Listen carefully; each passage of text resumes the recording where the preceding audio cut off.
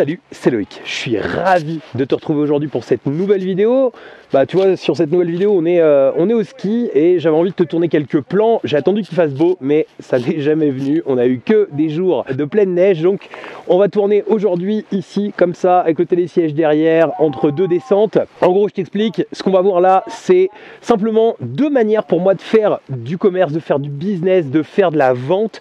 Et je vais t'expliquer un petit peu ces deux méthodes, comment les mettre en place et quelle méthode, eh bien, je t'invite vraiment à choisir.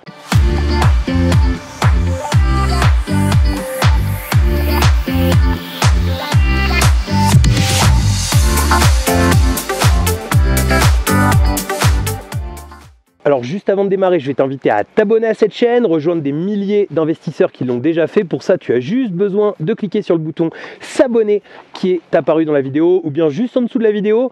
Et surtout, n'oublie pas la petite cloche pour être prévenu à chaque fois que je publie une nouvelle vidéo. Je t'ai mis aussi un lien vers le guide de l'investissement, ce guide PDF qui te permet de pouvoir démarrer sereinement des investissements rentables. Alors tu vois, il y a plusieurs manières de faire du business et je vais simplifier le truc au maximum. Je vais mettre ça en deux catégories. La première catégorie, c'est de faire ce que j'appelle du hold-up commercial, du hold-up en business. Et la deuxième partie, c'est de construire du long terme. Souvent, les gens voient peu le processus et voient plutôt le résultat. Et ils vont voir des fois des gens, par exemple, qui vont aller mettre en avant certaines méthodes commerciales ou certaines manières de faire qui leur permettent de prendre beaucoup d'argent en très peu de temps. J'ai entendu énormément d'agents immobiliers, par exemple, même me dire j'ai fait un coup. Aussi des gens dans le business qui font des coups.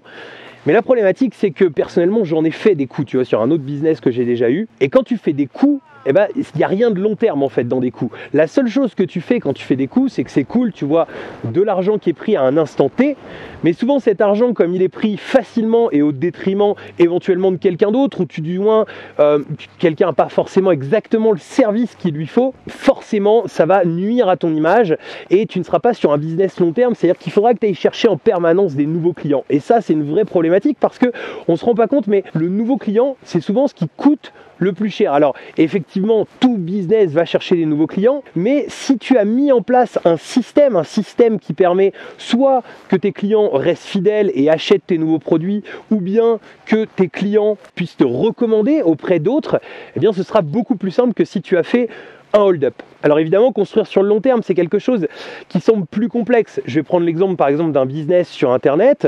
À aujourd'hui, tu as des contenus long terme et des contenus plus éphémères. D'ailleurs, j'avais fait une vidéo là-dessus, sur justement là où il fallait publier, comment on utilisait chaque réseau social. Je vais te remettre un lien dans cette vidéo vers cela. Mais en gros, si tu veux, ce qu'il faut bien comprendre, c'est que si justement tu fais le choix de construire sur du long terme, eh bien tu vas être beaucoup plus puissant. C'est-à-dire que tu vois, par exemple, à aujourd'hui, que ce soit ma chaîne, que ce soit mes différents réseaux, il y a une assise long terme. C'est-à-dire que Google connaît mon site web, rank, des gens sont tous les jours dessus.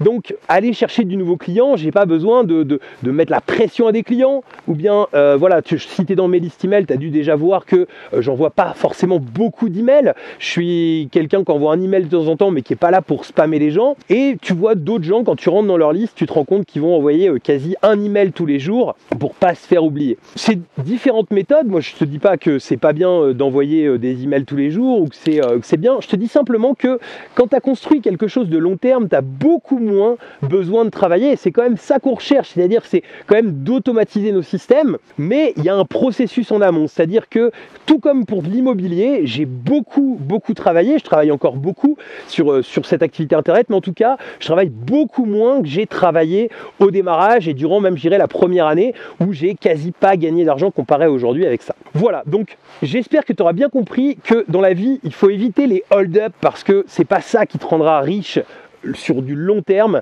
Il faut savoir utiliser justement des systèmes long terme qui peuvent paraître au premier abord ne pas être ce qui rapporte le plus, mais par contre une fois que c'est bien mis en place, qu'on a bien enchaîné, eh bien on se retrouve avec des systèmes qui sont vraiment hyper puissant. Voilà, j'espère que cette vidéo t'aura plu et te permettra de trouver un bon positionnement à ton activité. Il me reste plus qu'à conclure cette vidéo et comme tu l'as suivi jusqu'à la fin, je vais te mettre un lien vers la playlist Learn Business, un lien également vers un bonus spécial qui sont les 5 erreurs à ne pas commettre lorsque tu crées un business en ligne, et je te mets également un lien pour pouvoir t'abonner à cette chaîne. Je te dis à très bientôt pour une nouvelle vidéo. Ciao!